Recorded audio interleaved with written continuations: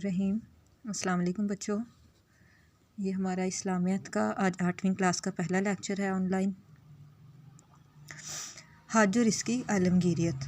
آپ جانتے ہیں کہ ہم پہلے جب اسکول میں اسلام کے ارکان پڑھ رہے تھے تو یہ بھی حج بھی اسلام کا ایک رکن ہے۔ اب جو لفظ حج ہے اس کا لغوی معنی ایک ہوتا ہے اصطلاحی معنی اور ایک ہوتا ہے لغوی معنی۔ لغوی معنی ہوتا ہے کہ اس لفظ کا مطلب کیا ہے، اس لفظ کا اس الفاظ کے مطلب کو کہتے ہیں ان کے لغوی معنی، اور دوسرا ہوتا ہے اصطلاحی معنی۔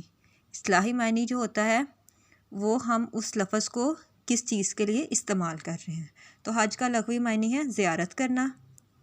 یہ ایک عبادت ہے جو کہ اللہ تعالیٰ نے ہر صاحب استطاعت مسلمان پر زندگی میں ایک دفعہ فرض کی گئی ہے۔ مثلاً یہ اللہ تعالیٰ کے گھر کی زیارت ہوتی ہے اور اس میں جو ہے وہ انسان اپنے تمام گناہوں کی اللہ کے حضور جا کے معافی مانگتا ہے۔ اب یہ صاحب استطاعت اور صاحب بالغ مسلمان پہ فرض کیا گیا ہے۔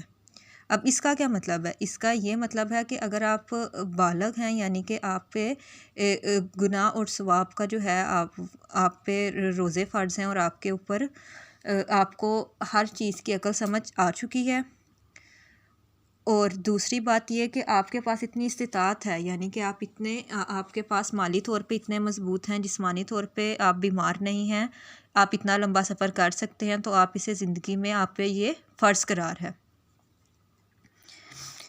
جیسا کہ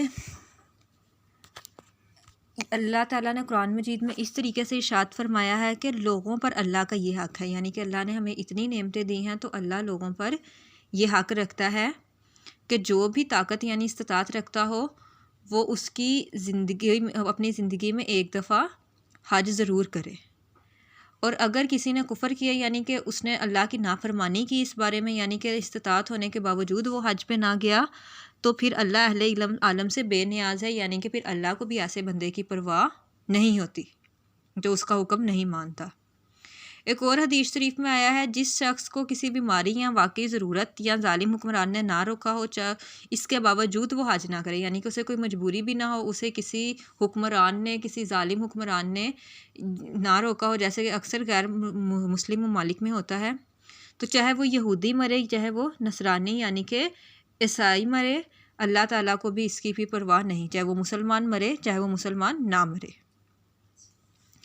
اب حج کا تصور جو ہے، یہ انسان جب ایک دفعہ حج کرتا ہے تو اپنے گناہوں سے بالکل اس طرح پاک ہو جاتا ہے جیسے وہ بالکل ابھی چھوٹا بچہ ہے۔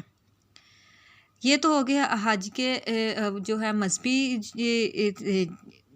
وہ فائدے۔ اب اس دنیا میں مسلمانوں کی ترقی کے لیے بھی یہ بہت ضروری ہے۔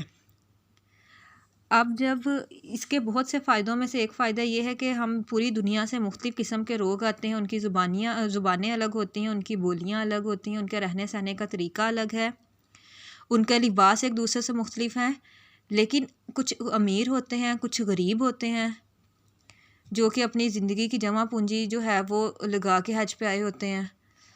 تو اب یہ کیا ہے، اگر ہم عام زندگی میں دیکھیں تو بہت امیری غریبی کا تصور پایا جاتا ہے کہ یہ انسان غریب ہے، یہ انسان امیر ہے، لیکن اللہ نے ادھر یہ تصور بھی ختم کر دیا ہے، زبان کا تصور بھی اور امیری غریبی کا بھی۔ وہ اس طریقے سے ایک زبان کا تصور کہ سب مسلمان ادھر جو ہے وہ اللہ کے حضور جب حاضر ہوتے ہیں تو اپنی حاضری کے بارے میں اللہ کو بتاتے ہیں۔ سب کے زبان پہ یہ نعرہ لبیک اللہم لبیک لا شریک لک لبیک ان الحمد والنعمت لک والملک لا شریک لک، یہ نعرہ ہوتا ہے، اور وہ سب احرام پہنتے ہیں۔ ایک مقام ہوتا ہے میقات، اس میں جب حج کے اس مقام پہ پہنچ جاتے ہیں تو سب کیا کرتے ہیں، ایک جیسا ہی لباس پہن لیتے ہیں، پھر ان میں امیری غریبی کا بھی فرق ختم ہو جاتا ہے۔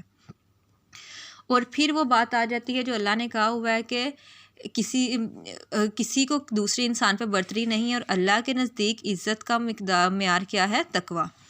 پھر جو جتنا تقوی اور پرہیزگار ہوگا اسے جو ہے اللہ کے نزدیک وہی جو ہے انسان بڑا ہوگا، وہی جو ہے وہ عزت دار ہوگا۔